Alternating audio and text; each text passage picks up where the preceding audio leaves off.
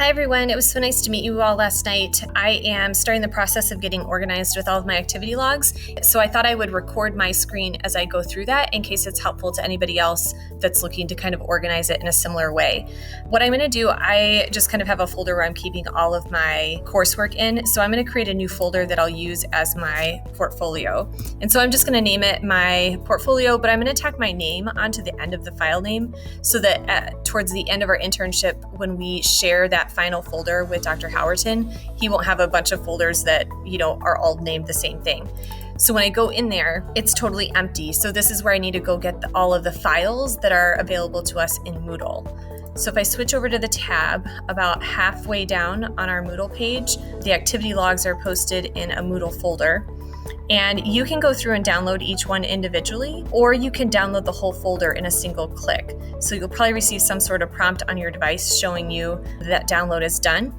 And it's all downloaded into a big zip file because they're all kind of compressed as one. But I want them individually in my folder on Google Drive. So this time, instead of adding a new folder, I'm going to do a file upload. And I have a Chromebook, so mine might look a little bit different if you're working on a PC or a Mac. But I'm going to unzip those files off to the side, and you'll see now all of those files were downloaded at once. So I'm going to select all of them and open at once, and they should start dumping into my folder.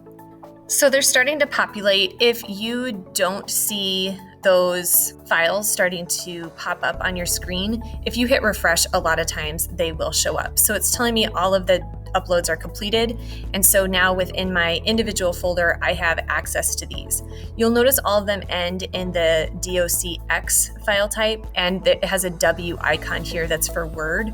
I like to open these up. If you right click it, open with a Google Doc, then you'll be able to edit it. We can get our shared link to send to Dr. Howerton and make sure that he has editing rights. If you want to avoid having to adjust the link for all of the files within your new portfolio, I'm going to go up to the top of the folder and use the drop-down menu for additional options where I can then adjust the shared settings of my whole folder. And this is where I will add Dr. Howerton's email address. And he mentioned in class that he would probably prefer commenting rights. So by sharing the whole folder with Dr. Howerton, this will save you from having to individually adjust all of the shared settings of the individual documents as you work your way through the logs in the program. So I hope that helps, and I wish everybody a wonderful month before we meet again in October.